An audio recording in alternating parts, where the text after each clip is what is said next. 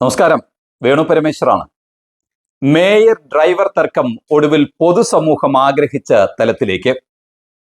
പോലീസിന് പിഴച്ചു, കോടതി തിരുത്തി. കോടതിയുടെ ശക്തമായ താക്കീതിൽ പോലീസ് വഴങ്ങി.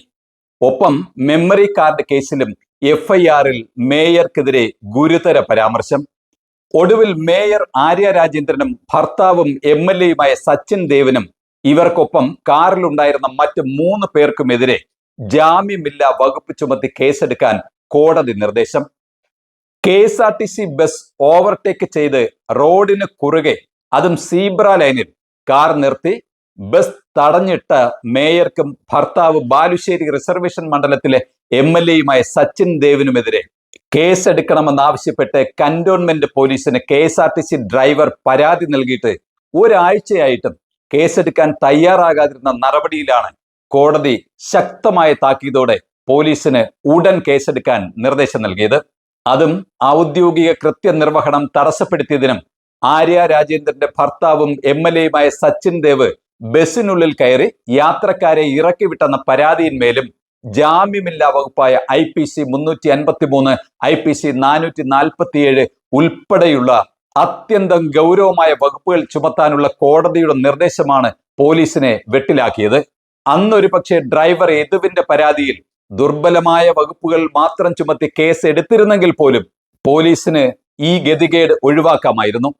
എത്ര ഉന്നത സ്ഥാനത്തുള്ളവരാണെങ്കിലും സാധാരണക്കാരുടെ അവകാശം മാത്രമേ നൽകാവൂ എന്ന വിലയിരുത്തലിലാണ് ജുഡീഷ്യൽ മജിസ്ട്രേറ്റ് കോടതി പോലീസിന് കർശനമായ നിർദ്ദേശം നൽകിയത്. ഇതേ തുടർന്ന് മേയർക്കും ഭർത്താവിനുമെതിരെ ജാമ്യമില്ലാ വകുപ്പ് ചുമത്തി കേസെടുക്കാൻ പോലീസ് നിർബന്ധിതമായി.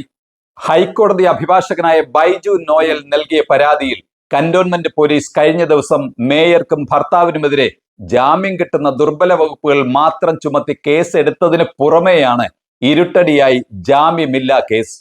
ഇതോടെ മേയർക്കും ഭർത്താവായ MLA-ക്കുമെതിരെ അറസ്റ്റ് ഉൾപ്പെടെയുള്ള നടപടികൾ ഉണ്ടായേക്കുമെന്നാണ് സൂചന.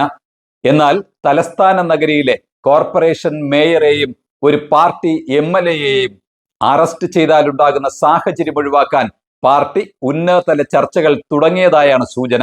മുൻകൂർ ജാമ്യം ലഭിക്കുമോ എന്നുള്ള നിയമോപദേശവും രാഷ്ട്രീയ നേതൃത്വം തേടിയിരിക്കുകയാണ്. കേസിന്റെ തുടക്കം മുതൽ തന്നെ പൊതുസമൂഹത്തിന്റെ കാഴ്ചപ്പാടും കോടതി ഉൾപ്പെടെയുള്ള നീതി നിർവഹണ സംവിധാനങ്ങൾ നിരീക്ഷിക്കുന്നുണ്ടായിരുന്നു. കോടതിയുടെ ശക്തമായ നിലപാട് മുഖം നോക്കി നടപടിയെടുക്കുന്ന നിയമപാലകർക്കുള്ള ശക്തമായ താക്കീത് കൂടിയായി. മേയർക്കും ഭർത്താവിനുമെതിരെ ഇക്കാര്യത്തിൽ പരാതി നൽകിയ അഭിഭാഷകൻ ബൈജു നോയലിന്റെ വാക്കുകൾ: നമ്മുടെ ലോ ആൻഡ് ഓർഡർ സംവിധാനം വളരെ കാര്യക്ഷമമായി പ്രവർത്തിക്കുന്നില്ല എന്നുള്ളത് തന്നെയാണ് എൻ്റെ വ്യക്തിപരമായ അഭിപ്രായം. അതുതന്നെയാണ് ഇത്തരം കേസുകളിൽ എനിക്ക് കോടതികളെ സമീപിക്കേണ്ടി വരുന്നത്. ഒരു ട്രെയിനിലെ എഞ്ചിൻ ഡ്രൈവറാണ് ഇത് ഇങ്ങനെ ഒരു അശ്ലീല ആംഗ്യം കാണിച്ചതെങ്കിൽ നമ്മൾ ആ ട്രെയിൻ തടയാൻ പോവുക, അല്ലെങ്കിൽ ഒരു ബസ്സിലെ ഡ്രൈവറാണെങ്കിൽ ആ ബസ് തടയാൻ പോവുക എന്നൊക്കെ പറയുന്നത് ഒരു പരിഷ്കൃത സമൂഹത്തിന് ചേർന്ന കാര്യമല്ല. അത് നമ്മുടെ നിയമ സംവിധാനങ്ങളോടുള്ള വെല്ലുവിളിയായിട്ട് വേണം നമുക്ക് കാണാൻ.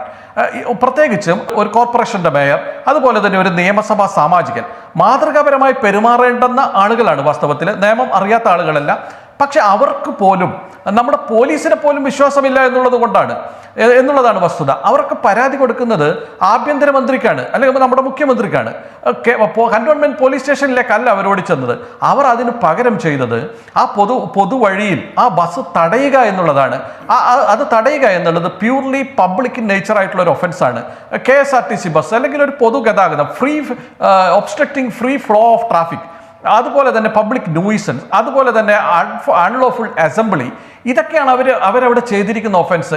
ആ ഒഫൻസ് വേറെ ഏതെങ്കിലും ഒരാളാണ് ചെയ്തിരുന്നെങ്കിൽ എന്തായിരിക്കും സംഭവിക്കുക? എന്തുകൊണ്ടാണ് ഇത്തരം ആളുകൾ, ഈ MLA മേയറെ പോലെയുള്ള ആളുകൾ ഇത്തരം ഒഫൻസ് ചെയ്യുമ്പോൾ കേസ് എടുക്കാതിരിക്കുന്നത്? അത് പരിശോധിക്കേണ്ടുന്ന കാര്യമല്ലേ? എന്തുകൊണ്ടാണ് കേസ് എടുക്കാതിരിക്കുന്നത്? പോലീസ് നിഷ്ക്രിയമായിരിക്കുന്നു, മോട്ടോർ വെഹിക്കിൾ ഡിപ്പാർട്ട്മെന്റ് നിഷ്ക്രിയമായിരിക്കുന്നു. നമ്മളിപ്പോൾ ഒരു സീറ്റ് ബെൽറ്റ് ഇടാതെ യാത്ര ചെയ്താലോ, അല്ലെങ്കിൽ ഒരു ഹെൽമെറ്റ് ഇടാതെ യാത്ര ചെയ്താലോ, ഒരു ഡ്രങ്ക് ഡ്രൈവ് ആയാലോ ഒക്കെ അതിനകത്തൊക്കെ കേസെടുക്കാൻ ഇവരൊക്കെ തയ്യാറാകാറുണ്ട്. പക്ഷെ ഇത്തരം ആളുകളുടെ കാര്യങ്ങൾ വരുമ്പോൾ മാത്രം, ഇത്തരം പ്രിവിലേജ്ഡ് ആയിട്ടുള്ള അധികാര സ്ഥാനങ്ങളിൽ ഇരിക്കുന്ന ആളുകളുടെ കാര്യം വരുമ്പോൾ മാത്രം പോലീസ് നിശബ്ദമായി നിൽക്കുകയാണ്. ഇത്തരം സാഹചര്യത്തിൽ ആണ് നമുക്കൊക്കെ പ്രതികരിക്കേണ്ടി വരുന്നത്. റോങ്ഫുൾ റെസ്ട്രെയിൻ ഉണ്ടാക്കുക, അന്യായമായി ബസ്സിലുള്ള ആളുകളെ തടഞ്ഞു നിർത്തുക, ഇതൊക്കെ ചെയ്യാൻ എന്ത് അധികാരമാണ് ഈ പറഞ്ഞ ആളുകൾക്കുള്ളത്? അവരേതെങ്കിലും ഒരു പ്രിവിലേജിന്റെ ഭാഗമായിട്ടാണ് ഇത് ചെയ്തതെങ്കിൽ അതിൽ നിന്ന് അവർ ഒളിച്ചോടുകയല്ല വേണ്ടത്. ഞാൻ അത് നേരിടാൻ തയ്യാറാണ്, പ്രോസിക്യൂഷൻ നടപടികൾ നേരിടാൻ തയ്യാറാണ്. അല്ലാതെ ഞാനൊരു കുറ്റവും ചെയ്തിട്ടില്ല എന്ന് പൊതുസമൂഹത്തോട് ഇത്രയും സോളിഡ് ആയിട്ടുള്ള ഒരു വീഡിയോഗ്രാഫ്, CCTV ഫുട്ടേജ് ഒക്കെ നിൽക്കുമ്പോൾ ഇതൊക്കെ പബ്ലിക് കാണുന്നില്ലേ?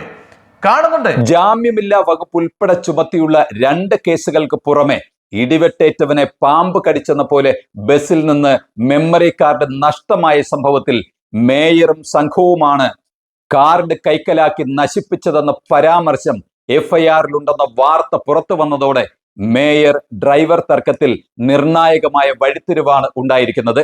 ഇക്കാര്യത്തിൽ തമ്പാനൂർ പോലീസ് നടത്തുന്ന ഫോറൻസിക് വിഭാഗത്തിന്റെ സഹായത്തോടെയുള്ള അന്വേഷണ ഫലം മേയർക്കെതിരായാൽ തെളിവ് നശിപ്പിച്ചെന്ന ഗുരുതരമായ കുറ്റത്തിന് കടുത്ത ശിക്ഷ ഉണ്ടാകുമെന്ന സൂചനയും പുറത്തു വന്നതോടെ കേസിന്റെ അടുത്ത ഘട്ടമെന്തെന്ന കാര്യത്തിൽ കേരളക്കര ഒന്നടങ്കം ഉറ്റുനോക്കുകയാണ്. നന്ദിയോടെ.